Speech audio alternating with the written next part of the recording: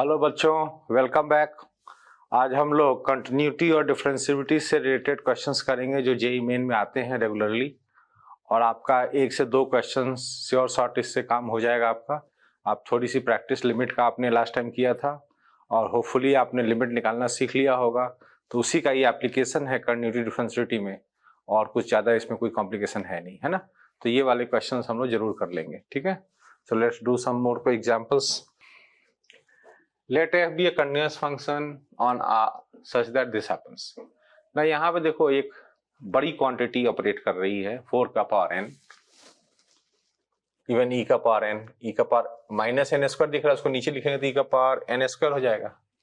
तो ये large quantity जो है ना, अगर हम लोग अगर हम n टेंडिंग टू इन्फिनिटी लें दोनों तरफ तो कुछ फायदा होगा।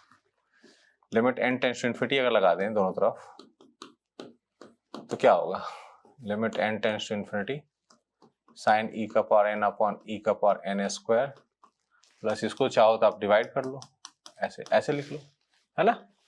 हमारा काम क्या है, फंक्शन की कंटिन्यूटी है। तो जब ये n इनफाइनाइट जाएगा तो ये धीरे धीरे f0 को अप्रोच करेगा, ये है ना।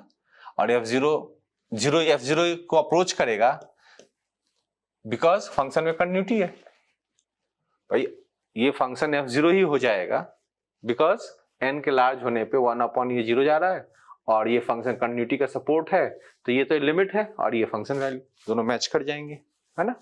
इधर देखोगे आप तो साइन का तो ये क्वांटिटी ऑसिलेटरी नेचर का बन जाएगा, ये -1 से 1 में ऑसिलेट करेगा ये, लेकिन नीचे से तो लार्ज क्वांटिटी है ना, e का पावर n स्क्वायर बहुत बड़ा क्वांटिटी है, तो वो उसको कमजोर करते करते उसको खत्म कर देगा, तो वो 0 हो जाएगा। और ये तो आप समझते ही हो लिमिट, ये 1 आ जाएगा। तो इससे हम लोग बहुत इजीली निकाल सकते हैं कि f0 की वैल्यू 1 है। तो सिंपली एक कॉमन सेंस ही लगाना था कि अगर n टेंड्स टू इन्फिनिटी अगर हम दोनों तरफ ऑपरेट कर दें लिमिट का तो उससे हमारा f0 निकल जाएगा, ठीक है। कंटिन्यूटी का इसमें इस्तेमाल कहां हुआ है, वो जब लिमिट निकाल रहे थे आप f1/4 का पावर n का, तो उसको आपने f0 के लिख पाए बिकॉज ऑफ कंटिन्यूटी, अदरवाइज दिक्कत होती है। यहां पे आपको देखो क्या आया कि किस फंक्शन की कंटिन्यूटी स्टडी करनी है, f ऑफ g की, ओके। तो g का कॉम्पोजिशन f में डालना पड़ेगा, g को उठा के f में डालना पड़ेगा। अब आप समझने की कोशिश करोगे थोड़ा सा कि ये फंक्शन इसमें कैसे घुस रहा है। तो gx फंक्शन को आप स्टडी करोगे तो e का पावर x माइनस x को अगर ऐसे ही स्टडी कर लो, e का पावर x ग्राफ ऐसे होता है, x ऐसे होता है, तो इसका जो डिफरेंस है ना वो आपको ऐसे ही दिख रहा है कि पॉजिटिव होगा, चाहे x कैसा भी हो, है ना। दिस e का power x is larger than x। This means जब आप कंपोज करते हो तो कैसे कंपोज करते हो उसको दिखाता हूं मैं तुम्हें। f ऑफ gx में आप क्या करते हो, f ऑफ gx में आप इसके अंदर ग्रेटेस्ट इंटीजर gx लिखते हो, कब, जब gx आपका लेस देन 0, और इसमें लिखते हो 1 माइनस gx जब आपका gx greater than equal to 0, ठीक है। अब हम लोग को ये वाला कंटेंट पता चल गया कि ये ऑलवेज पॉजिटिव है बिकॉज ऑफ दिस। तो उसका हम उपाय कहां करेंगे, अगर वो ऑलवेज पॉजिटिव है तो नीचे लाइन में आएगा वो। तो जब हम एफ ऑफ जी को सिंप्लीफाई करने में इंटरेस्टेड हैं तो इस लाइन का इस्तेमाल होगा। अभी कब होगा, जब x लेस देन 0 होगा। x लेस देन 0 में क्या फायदा हुआ, वो क्वांटिटी कंप्लीटली पॉजिटिव है, वो इस लाइन में घुस जाएगा। तो 1 माइनस e का पावर x प्लस x लिख देता हूं, माइनस साइन है इसलिए, ठीक है। उसके बाद ये जो क्वांटिटी है ये x स्क्वायर माइनस 2x है, अगर देखा जाए तो कब, 0 के बाद से x स्क्वायर माइनस 2x है ये gx के अंदर। अब इसमें कुछ नेगेटिव पोर्शन भी है, कुछ पॉजिटिव पोर्शन भी है, तो इसको हम देखेंगे, स्प्लिट करके बात करेंगे, है ना। तो 0 से 2 में ये नेगेटिव हो रहा है, ये gx की बात चल रही है। 0 से 2 में नेगेटिव हो रहा है, तो 0 से 2 में नेगेटिव डेटा को हम इसमें एंट्री देंगे, इस वाले में भरेंगे इसको। दैट मीन्स किसको हम लिखेंगे, greatest integer x square minus 2x, ठीक है। और 0 में लेना है कि नहीं लेना, नहीं लेना है, 0 पे 0 हो रहा है, 0 पे इस सेकंड लाइन को फॉलो करना है। तो x इक्वल टू 0 और x मोर देन 2 पे, है ना। आप 0 या पॉजिटिव हो तो आप इस लाइन में आओ, इस लाइन में आओ, क्या लेकर आओ वहां से, x स्क्वायर माइनस 2x, यहाँ पे लिखो 1 minus x square plus 2x, ठीक है। तो ये आपका कंपोजिट फंक्शन तैयार हो गया। आपको देखो कंपोजिशन की प्रैक्टिस करनी पड़ेगी, पीसवाइज फंक्शंस कैसे भरते हैं, क्योंकि अगर आप देखो क्वेश्चन कंटिन्यूटी का है और आप अभी फंक्शन में ही परेशान हो, उसी में टाइम लग जाएगा तो दिक्कत हो जाएगी। तो ये बहुत जरूरी है कि आप कंपोजिशन बहुत फटाफट कर सको। अगर फटाफट कंपोजिशन नहीं होगा तो फिर आपका काम खराब हो जाएगा। आपको कंटिन्यूटी आती है लेकिन कंपोजिशन ही नहीं हो रहा है, क्या करोगे आप उसका? अच्छा, अब डाउट्स कैसे निकालते हैं हम लोग? x लेस देन 0 में मॉडुलस कंटिन्यूअस होता है, ये सब फंक्शन कंटिन्यूअस है तो कोई दिक्कत नहीं है इसमें, no problem, no doubt. x more than 2 पे again no problem, modulus function continuous होता है, कोई दिक्कत ही नहीं है। तो जो भी दिक्कत है 0 और 2 के अंदर है, 0 से 2 के इंटरवल के अंदर। अब जरा समझो ग्रेटेस्ट इंटीजर क्या करता है। ग्रेटेस्ट इंटीजर इस एक्सप्रेशन का इंटीग्रल पार्ट निकालता है। अब आप समझो, एक मिनट को मैं उसी जगह पे ग्रेटेस्ट इंटीजर ग्राफ ही बना देता हूँ, कई बार ग्राफिकल अप्रोच से फायदा है। इसका मिनिमम वैल्यू 1 पे आएगा विच इज -1। तो जब आप ग्रेटेस्ट इंटीजर ड्रॉ करोगे इसका, तो ग्रेटेस्ट इंटीजर ऐसे स्टेप लेगा, ऐसे लोअर साइड से, क्योंकि नीचे का इंटीजर आता है, और 2 पे यहां से स्टार्ट हो जाएगा, है ना। लेकिन हम लोग को तो 2 पे शायद जाना भी नहीं है ना। उसके बाद तो दूसरा फंक्शन ऑपरेट करे, तो 2 छोड़ दो, 2 को छोड़ दो वहां पे।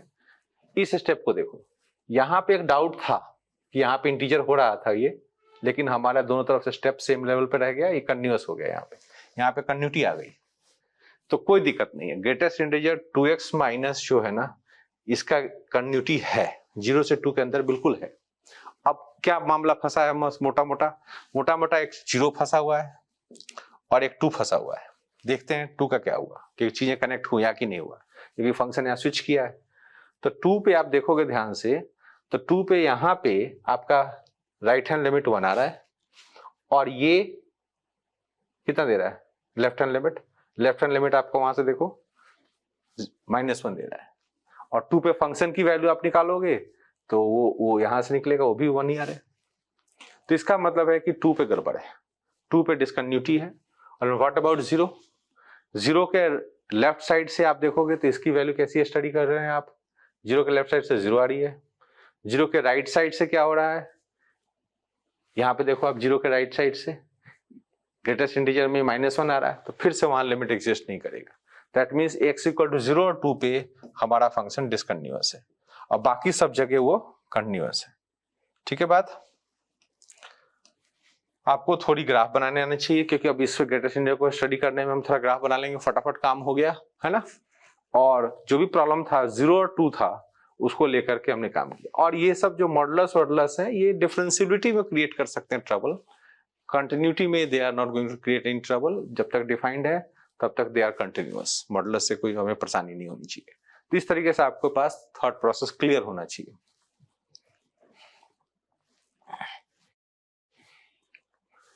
If the function is continuous at 0 then k is 0। तो एक ट्रेडिशनल क्वेश्चन है, आपको इसमें लिमिट निकालनी है और वही वैल्यू बतानी है आपको k के रूप में। तो k की वैल्यू जो होगी वो लिमिटिंग वैल्यू होगी, तब जाके आपका फंक्शन कंटिन्यूअस हो जाएगा। तो 0 पे हम लिमिट निकाल लेते हैं। तो लिमिट x × 0 में दोनों लॉग कंबाइन कर लो आप, तो आपको फॉर्मूला पता होगा, दोनों मल्टीप्लाई करना पड़ता है, तो इससे आपका ऐसा हो जाएगा। और नीचे क्या हो जाएगा, तो एक काम करता हूं, मैं लिमिट का प्रोसेस चालू भी कर देता हूं। इसको लिमिट लेने के लिए मैं x² + x⁴ से डिवाइड करूंगा, और x² कॉमन लेके इससे मल्टीप्लाई भी कर लूंगा बैलेंस करने के लिए। ठीक है।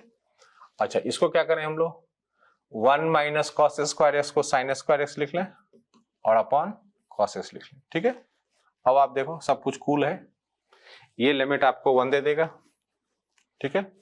sin² x और x² मिलकर 1 दे देंगे, ये भी 1 देगा और ये भी 1 देगा, तो सब लोग मिलाकर मल्टीप्लाई करके लिमिट आपको 1 दे देंगे। That is your answer. ये ट्रेडिशनल क्वेश्चन था, कई बार आ जाते हैं इस तरह के क्वेश्चंस, जो कि ऐसा नहीं है कि एग्जाम में नहीं आते हैं। अब हर समय हर आदमी को टफ क्वेश्चन ही मिले एग्जाम में, मेंस में, ये जरूरी नहीं है। If you are lucky enough, आपको आसान क्वेश्चन भी मिल सकता है। चलो, अब इसमें क्या है कि एक फंक्शन है जिसमें इनबिल्ट लिमिट लगा हुआ है n टेंड्स टू इन्फिनिटी का। तो पहले हमें इस फंक्शन को n से फ्री करना पड़ेगा, उसके बाद उसकी कंटिन्यूटी को हम स्टडी करेंगे x के रूप में, है ना। अब आपको इसमें देखो, जो आपको समझना चाहिए वो ये समझना चाहिए कि limit n tends to infinity, यहाँ पे देखोगे आप x² 2n चल रहा है, 2n x² 2n, है ना। तो इसका क्या बिहेवियर होता है, तो ये बात इस पर निर्भर करता है कि आपका जो बेस x² वो 1 से छोटा है कि बड़ा है ना। तो अगर आपका बेस एक्स स्क्वायर का पावर n सोचो इसको, तो -1 से अगर 1 में हो आप, तो n टेंड टू इन्फिनिटी में एक्स स्क्वायर बेस छोटा हो गया, तो अब ये लार्ज पावर लगा के 0 हो जाएगा लिमिट में। और x अगर -1 और 1 से बड़ा हुआ तो ये इन्फिनाइट हो जाएगा, बिकॉज बेस बड़ा हो गया। और एग्जैक्टली अगर x + -1 हो तो ये 1 होगा। तो यही ट्रेंड को यहाँ पे हमें ऑब्जर्व करना है, हमें यही केस बनाना है। तो हमारे फंक्शन के केस बनाने में क्या रोल है, 3 बातें आप नोट करो। -1 से 1 अगर सपोज करो आप ले रहे हो, तो let's see what will happen. x power 2n जहां जहां है वो सब स्मॉल हो के खत्म हो जाएगा। यहाँ पे एक्स्ट्रा एक x है, उससे वो भी मर जाएगा। x पावर 2n मर रहा है तो भी मरेगा। तो ये और ये 3 टर्म साफ हो जाएंगे। ये बचेगा cos 2πx। ये क्या किया हमने, -1 से 1 केस में जितने x पावर 2n वाले टर्म है दे वर टेंडिंग टू 0, उनको हमने उड़ा दिया। लिमिट अभी x पे नहीं है, लिमिट x पे बाद में आएगा, अभी x के बारे में हम सोच रहे हैं। अच्छा, x अगर -1 से छोटा और x 1 से बड़ा हो तो क्या होगा। तो ये जो x पावर 2n जो आप देख रहे हो ना, उसको ऐसे आप लिख के दिखाना। मैं तो यहाँ थोड़ा स्पेस की कमी है तो मैं इसको सिंपल ऐसे लिख देता हूं आपके लिए। आप इसको ऐसे लिखना, x पावर 2n से आप इसको डिवाइड कर देना, ठीक है, ऊपर नीचे। अब आपको पता चल गया कि x पावर 2n लार्ज हुआ जा रहा है। जब n x इस तरह के रेंज में होगा तो what will happen to this, cos finite है, ये लार्ज हो रहा है, ये इन्फिनिटी जा रहा है, तो ये उड़ा देगा इसको ये भी उड़ा देगा। तो आपका बचेगा क्या, आपका बचेगा यहाँ पे -sin x - 1 अपॉन नीचे से x - 1। समझा आपने ये बात। x पावर 2n लार्ज होगा तो ये दोनों टर्म्स को उड़ा देगा। मेनली इसी का खेल चल रहा है, ये आपको क्लियरली आपको पता होना चाहिए। कई बार x स्क्वायर नहीं रहेगा, कभी sin 2 sin x कुछ भी डाल देंगे, तो आपको बस ये देखना है कि वो 1 से छोटा बड़ा आपको देखना है मैग्नीट्यूड। अब एग्जैक्टली +-1 का भी देख लेंगे अगर हम लोग चाहें तो x = 1 पे क्या होगा। तो 1 पे तो आप डायरेक्टली रख सकते हो उसमें वैल्यू, ये 1 हो गया, ये 1 हो गया, तो नीचे 1 ही हो गया। ऊपर आपका क्या होगा, अब देख लो क्या वैल्यू दे रहा है, cos 2π 1 देगा और उधर से 0 दे देगा। और x = -1 पे क्या होगा, तो -1 पे देखो क्या होगा, ये 1 हो गया, ये -1 हो गया, कट गए, ये -1 नीचे आ रहा है, ऊपर में बताओ क्या आ रहा है, ये भी 1 आ रहा है, और -1 पे कितने आ रहे हैं, -sin -2, यहाँ से -1 डाल -2 आएगा, नीचे से कोई माइनस आया था एक, तो नीचे भी एक -1, तो कुल मिला के इस तरह का डेटा है। अब आप जब फंक्शन में n से फ्री हो गए तब आप कंटिन्यूटी के लिए वर्क करो ऑन x। तो आपको ऑब्वियसली डाउट्स दो ही दिख रहे हैं, -1 और 1। तो आप x = 1 पे और -1 पे आप लिमिट चेक करो। वैसे बहुत आसान फंक्शन है, आप बहुत आराम से देख सकते हो।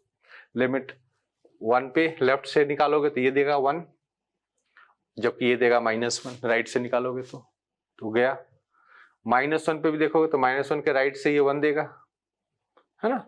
अब -1 के लेफ्ट से कौन देगा, यही देगा। तो ये तो डेटा कुछ और आ रहा है, -sin -2 अपॉन -2, वो तो इससे मैच नहीं करेगा।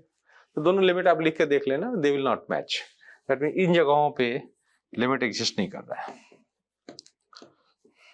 Does not exist. Short form में डीएनए लिख दिया मैंने, तो लिमिट एग्जिस्ट नहीं कर रहा है। किसका, एफएक्स का।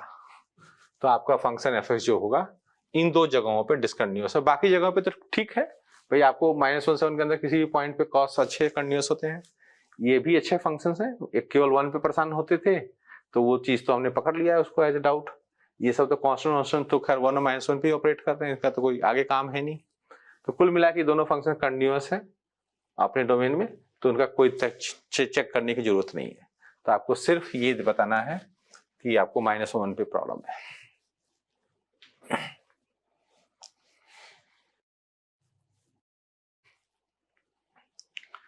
Late f r to r be a continuous function f3x - f, इस तरह का एक फंक्शन रूल दिया हुआ है यहाँ पे, और एक डेटा दिया हुआ है आपको f14 निकाल सकते हैं हम लोग। इसमें एक्चुअली भी थोड़ा सा सीक्वेंस सीरीज वाला हम लोग फेवर यूज करेंगे। x को मैं x/3 से रिप्लेस करता हूँ, ठीक है। तो ये बन जाएगा x/3 = x/3। उस स्टेटमेंट में मैंने x को x/3 डाला, अब इस स्टेटमेंट में वापस x को x/3 डालता हूँ। तो नेक्स्ट क्या होगा, मैंने क्या रिप्लेस किया बताओ, x के जगह पे x/3 इस वाले में। पहले तो x को एक जगह पे x/3 वहां डाला तो ये हुआ, फिर इसमें x के जगह पे x/3 डाला तो ये हुआ। ये ऑलवेज ट्रू चल रहा है ये लोग। इस तरह हम लोग करते रहेंगे, ठीक है, जब तक ये काफी क्वांटिटी छोटी ना हो जाए। अभी मैं बताता हूं उसका क्या पर्पस है। तो ये हमने कर दिया, इन सबको हम लोग टेलीस्कोपिक समेशन में इन सबको ऐड कर देंगे। तो उससे क्या मिलेगा हमें, ये टर्म्स आप देख सकते हो कैंसिल हो रहे हैं, इस तरह से कैंसिल हो जाएंगे। तो आपको जब F x minus F of x by 3 का पावर n आ जाएगा तो इधर से क्या मिलेगा आपको, x बाई 3 कॉमन ले लो, 1 प्लस 1 बाई 3, 1 बाई 3 स्क्वायर, ऐसे मिलते जाएगा 1 बाई 3 का पावर n माइनस 1 तक, ठीक है। अब आप क्या करोगे यहाँ पे, अब आप बुद्धि लगाओगे कि इस क्वेश्चन में कंटिन्यूटी दिया हुआ है, क्या करेंगे हम कंटिन्यूटी का, हम दोनों तरफ लिमिट लगाएंगे n टेंड्स टू इन्फिनिटी, दोनों तरफ, ठीक है। क्या होगा उससे, इसके बारे में जरा सोचो, x पे तो कोई फर्क नहीं पड़ता लिमिट का, क्योंकि वो तो n में है ही नहीं उसमें कुछ। इसका हाल देखो क्या होगा, 3 का पावर n 1 से बड़ा बेस है, वो बहुत बड़ा होगा 3 का power n as you proceed to infinity. कोई भी x होगा तो इसको डिवाइड करके उसको छोटा कर देगा, तो धीरे धीरे ये 0 के पास जा रहा होगा लिमिट में, और फंक्शन कंटिन्यूअस है, जैसा हमने और किसी क्वेश्चन में किया था, ये f0 हो जाएगा, ठीक है। इधर क्या होगा, इधर तो आप समझते होगे, पकड़ लोगे आप बात को, ये इनफाइनाइट जीपी बन जाएगा, ये इधर से इनफाइनाइट जीपी का सम निकाल देंगे उधर से हम लोग। तो x बाई 3 1 अपॉन 1 बाई, क्या होता है इनफाइनाइट जीपी का सम, a अपॉन 1 माइनस r करके, ठीक है। इससे आपको क्या देखने को मिला, इससे आपको ये देखने को मिला कि एफ एक्स जो है f0 जो कि कोई कांस्टेंट होगा प्लस x बाई 2, मतलब एक लीनियर फंक्शन मोटा मोटा है जो ये काम कर सकता है। f0 कांस्टेंट है और ये डेटा हमारा x बाई 2 आया, ठीक है। अब वो जो f8 इक्वल टू 7 दिया है ना, उससे हम लोग f0 पकड़ लेंगे, तो इसमें पुट करो x इक्वल टू 8, तो क्या देखने को मिलेगा, इधर 7 f0 और इधर 4, x के यहाँ पे मैंने 8 डाला, जिसका f0 की वैल्यू 3 है। फिर पूछा गया f14 है ना, तो बहुत इजी है, f14 निकालने के लिए क्या करोगे आप, इसी में डालोगे f0 की वैल्यू प्लस 7, f0 3 है, तो आपका नेट आंसर 10 आ गया। क्या देखा आपने इसमें, एक सीक्वेंस सीरीज का यहाँ टेलीस्कोपिक सम का जो टेक्निक है that is being used to develop the function. Function भी डेवलप हो गया, आप ध्यान से देखो, कॉन्टिन्यूटी के थ्रू हम लोगों ने इस फंक्शन को डेवलप भी कर लिया है। अगर आप देखो आज के डेट में f0 अगर वहां से चिपका दें तो ये फंक्शन सिंपली इतना है जो इस स्टेटमेंट को फॉलो कर रहा है, ठीक है। तो ये कुछ इंटरेस्टिंग प्रॉब्लम्स हैं, इनको देख के आप प्लान बनाओ, इसके थ्रू आप फंक्शंस भी डिस्कवर कर सकते हो। वैसे यहाँ पे भी कुछ फंक्शन ढूंढना है ऐसा लग रहा है मुझे। -1 से 1 डोमेन है, ठीक है, एफ एक्स स्क्वायर के बराबर है, ये भी एक रूल दिया गया है, ठीक है, और कंटिन्यूटी भी दिया गया है, ठीक है, और f0 हाफ है, और आपको f1/4, तो ये तो बातें पूछते हैं f1/4, आप खुद इधर से नहीं निकालो, इधर से इस चक्कर में मत रहो कि मैं इधर से निकाल लूंगा, इससे कुछ नहीं होने वाला, हम फंक्शन निकाल देंगे। कैसे, इस रूल को हम एक्सटेंड करते चले जाएंगे, जैसे एफ एक्स स्क्वायर के बराबर है, तो अगर हम लोग इसी रूल को वापस लगाएं x के जगह पे एक्स स्क्वायर सोच करके, है ना, तो क्या होगा, x की जगह पे एक्स स्क्वायर सोच कर लगाएंगे तो एक्स स्क्वायर का ये होल स्क्वायर बन जाएगा। अगर इसी रूल को हम दोबारा इसी में लगाएं तो एक्स स्क्वायर इनपुट होगा, एक्स स्क्वायर का पावर कितना हो जाएगा, इक्वल क्वांटिटी 2 का पावर 2 हो गया, 4 हो गया पावर। अब एक बार और लगाएं, लगाते रहें, तो क्या आपको ऐसा लग रहा है कि सर्टेन स्टेज के बाद ये x में 2 का पावर n आ जाएगा, यहाँ पे भाई 2 स्क्वायर होगा, 2 क्यूब होगा, 2 4 होगा, पावर 4 ऐसे चलता जाएगा। इंटरेस्टिंग बात यह है कि आपका जो डोमेन है -1 से 1 का है, तो जब आप इस स्टेटमेंट में दोनों तरफ लिमिट लगाओगे n टेंड्स टू इन्फिनिटी का, तब क्या होगा, क्या होगा, ये बेस मैग्नीट्यूड में 1 से छोटा है, यहां से डोमेन आता है, और पावर इनफाइनाइट रेज कर रहे हो, तो ये भी छोटा होने लग जाएगा, जैसा भी प्रीवियस क्वेश्चन में हुआ था, और छोटा होते होते होते धीरे धीरे f0 हो जाएगा। तो f0 क्यों हुआ, क्योंकि हमें कंटिन्यूटी गिवन है, इसका फायदा आप ले सकते हो। इसका मतलब हुआ इधर तो कोई फर्क पड़ा नहीं, इधर तो n है ही नहीं, तो f(x) f(0) का मतलब f(x) एक कांस्टेंट फंक्शन बन गया, अब भाई साहब आपको f0 हाफ दिया हुआ है, हर जगह फंक्शन f0 के बराबर है, मतलब fx हाफ के बराबर हो गया, तो अब आप f1/4 पूछोगे तो क्या बताओगे, बताओ, वो भी हाफ हो जाएगा, you'll get 0.5। तो फंक्शन पता चल गया है, एक कांस्टेंट फंक्शन ही ये काम कर सकता है अगर कंटिन्यूअस है तो।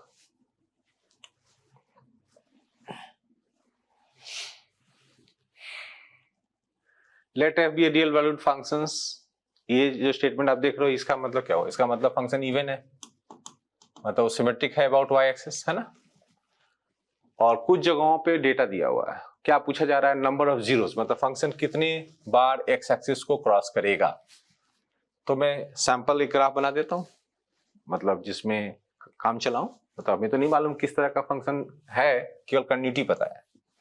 तो इसमें हम लोग साइन चेंज के हिसाब से रूट्स पकड़ लेंगे कि फंक्शन का साइन चेंज है तो इंटरवल वैल्यू थ्योरम के हिसाब से अगर मान लो कोई डेटा नेगेटिव से पॉजिटिव में क्रॉस कर रहा है कंटिन्यूअस फंक्शन, तो वहां रूट मिलेगा, at least one root will be there. अब इसमें ध्यान से देखो, इन लोगों ने पूछा है मिनिमम नंबर ऑफ रूट्स, मतलब आपको कोशिश करनी है कि मिनिमम क्रॉसिंग आप एक्स एक्सिस में दिखाओ। देखते हैं क्या क्या डेटा हो रहा है यहाँ पे, इवन का फायदा उठाएंगे हम लोग। अब जैसे f ऑफ -5 बोला है उसने, ठीक है, मतलब यहाँ पे डेटा है, तो क्या समझते हो, f ऑफ 5 भी 5 होगा, isn't it? क्योंकि इस स्टेटमेंट इवन से फायदा मिल रहा है। f ऑफ -2 4 है, मतलब मान लो -2 यहाँ है, इसका डेटा 4 है, तो आपको इसका मतलब 2 पे भी 4 आया होगा, isn't it? फिर f ऑफ 3 -2 है, f ऑफ 3 -2 है, मतलब 3 पे आपको -2 आया, इसका मतलब -3 पे भी -2 आया होगा, isn't it? और f ऑफ 0 0 है यहाँ, तो अच्छी बात है, हम लोगों को कुछ साइन चेंज तो मिलेगा, क्योंकि ग्राफ देखो कंटिन्यूअस भी है ना, और साइन चेंज भी कर रहा है, तो हम कम से कम कोशिश करेंगे साइन चेंज कराने का, जबरदस्ती नहीं, क्योंकि हमें मिनिमम नंबर ऑफ जीरोस बताने हैं। तो इस -5 से -3 में इसको रूट लेना पड़ेगा मिनिमम 1, यहां से भी लेना पड़ेगा एक रूट, क्योंकि इसके अंदर भी साइन चेंज हो रहा है, -2 और 0 के बीच में साइन चेंज तो नहीं हो रहा है, तो हम यहीं तक ले आते हैं इस ग्राफ को, फिर यहाँ ले जाते हैं, क्या भी साइन चेंज नहीं हो रहा है, हो सकता है, वी डोंट नो, कोई फैक्ट्स दिया तो है नहीं, बट हम लोग कम से कम कोशिश कर रहे हैं साइन चेंज कराते हुए रूट्स डिस्कवर करने का। तो कितने रूट्स हुए, जितने हमारे को यहाँ क्रॉसिंग हुई है देख लो, यहाँ टच किया है या जो भी किया है उसके हिसाब से रूट्स काउंट कर लेंगे हम लोग। तो 1 2 3 4 5, तो मिनिमम रूट्स आप बता सकते हो कि इसके 5 होंगे मिनिमम। आप चाहो तो बीच में खूब घुमा फिरा लो और 2-4 बार, बट हम कोशिश कर रहे हैं मिनिमम निकालने। तो ये इस बात पर आधारित है कि फंक्शन अगर कंटिन्यूअस है, साइन चेंज करा रहे हो आप, तो डेफिनेटली उसमें एक रूट तो बनता है उसके इंटरवल में कम से कम, और भी रूट्स एक्स्ट्रा हो सकते थे।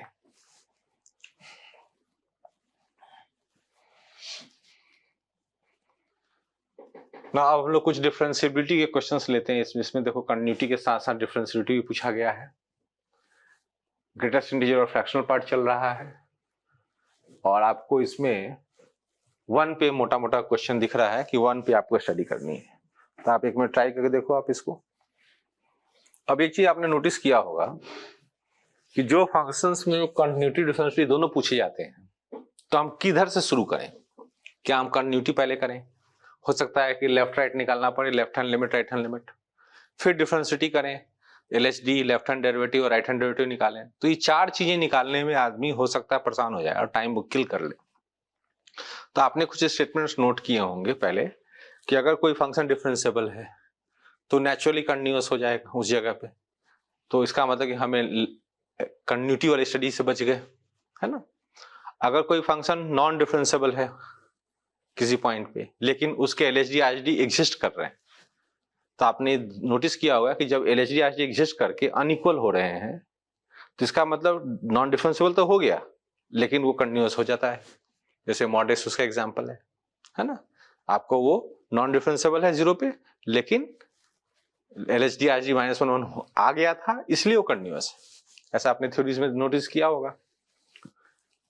तो ऐसे हम कुछ फायदा उठा सकते हैं अगर हम LHD RHD की तरफ से स्टार्ट करें तो। अच्छा, इधर से भी फायदा है, अगर आपने LHL RHL निकाले और आपने फंक्शन को डिसकंटिन्यूअस प्रूव कर दिए, तो क्या फायदा है उसका, डिसकंटिन्यूटी मींस नॉन डिफरेंशिएबिलिटी, तो आपको LHD नहीं निकालना पड़ेगा। तो ऐसे फंक्शंस तो यहाँ पे डिस्कंटिन्यूअस वाले लग रहे हैं देखने से, लेकिन हम लोग अभी LHD से ही स्टार्ट करेंगे। Let us take some risk. तो 1 पे हम लोग अगर एक बार फंक्शन की वैल्यू चेक कर लें कितना आ रहा है 1 पे फंक्शन की वैल्यू, तो 1 पे फंक्शन की वैल्यू 1 आ रहा है, इट इज देयर, f1 जो है 1 आ रहा है, यहां से दिख जाएगा आपको, ग्रेटेस्ट इंटीजर 1 + 0।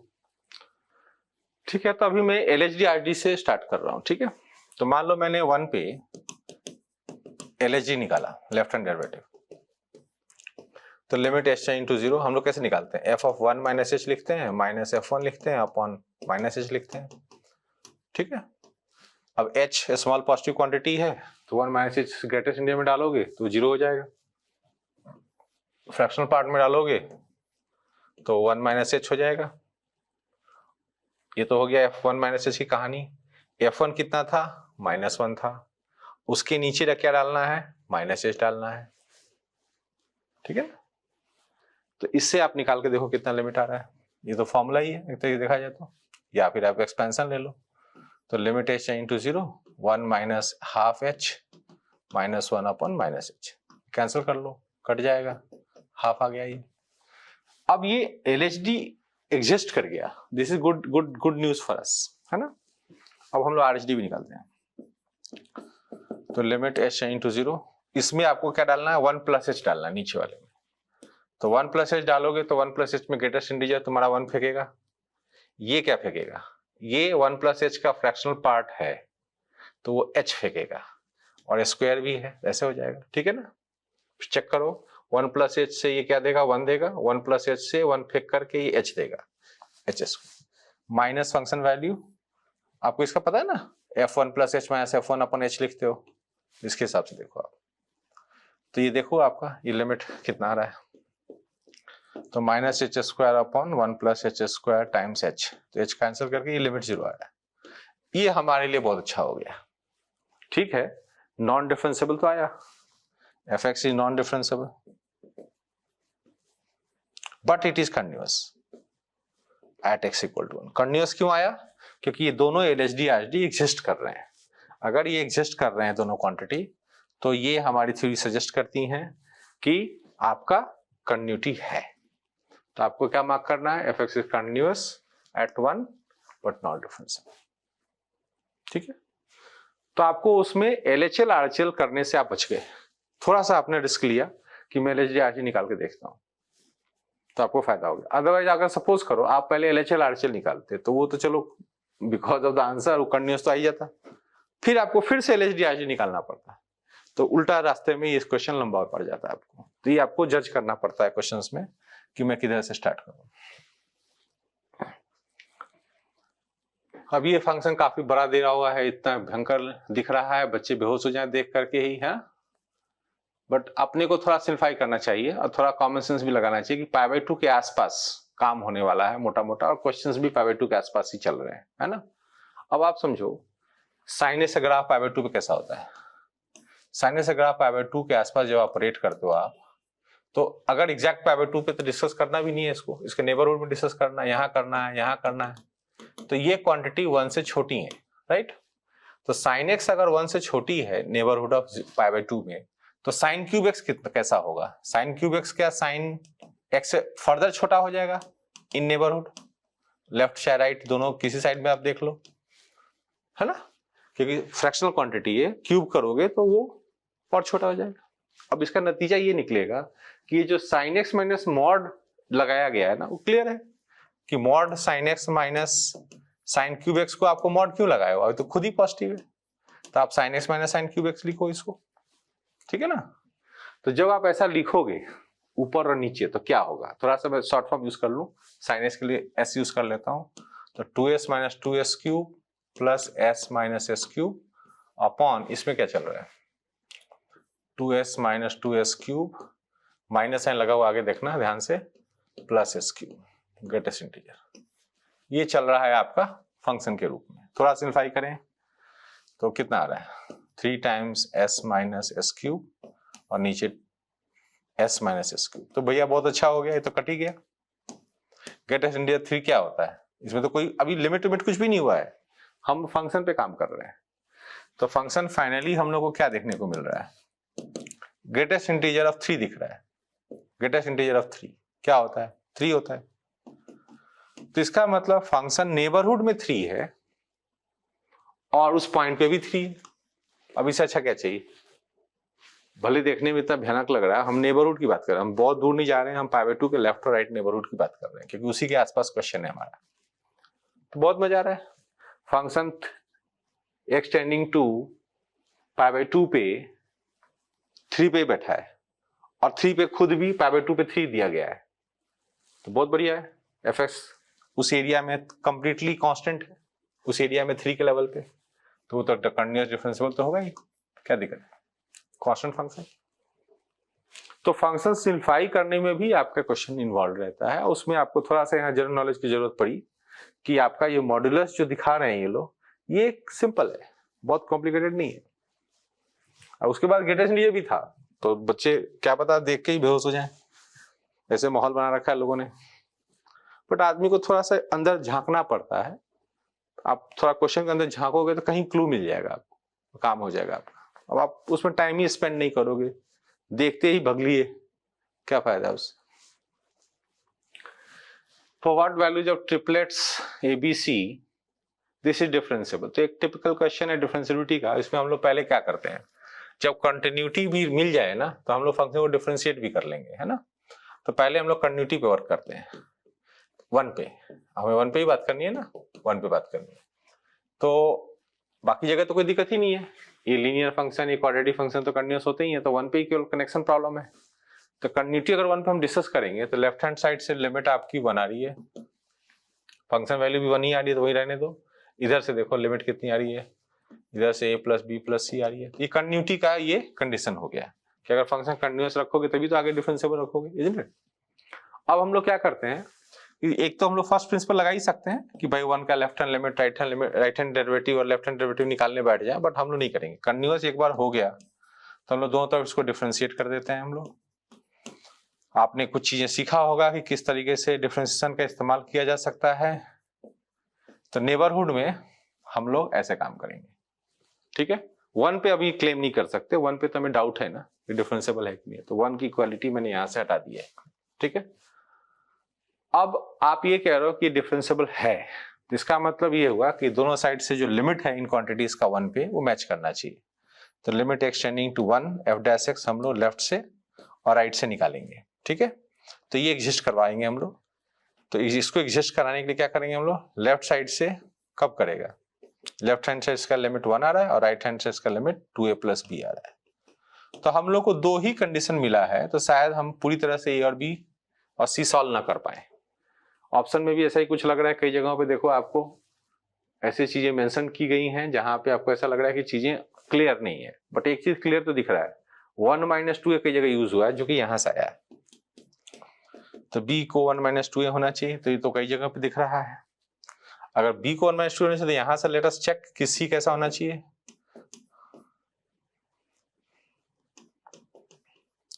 तो इससे तो a के बराबर है c, तो इसका मतलब ये हुआ a पता नहीं चलेगा। अगर a के टर्म्स में हम लेना चाहें तो सबको ले सकते हैं।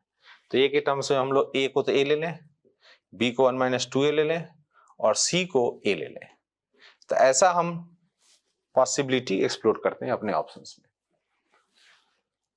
तो ठीक, यहाँ है एक ऑप्शन जो इस तरह का सपोर्ट कर रहा है, ठीक है। तो इस तरीके से आपको ये डिफरेंशिएबल मिल गया।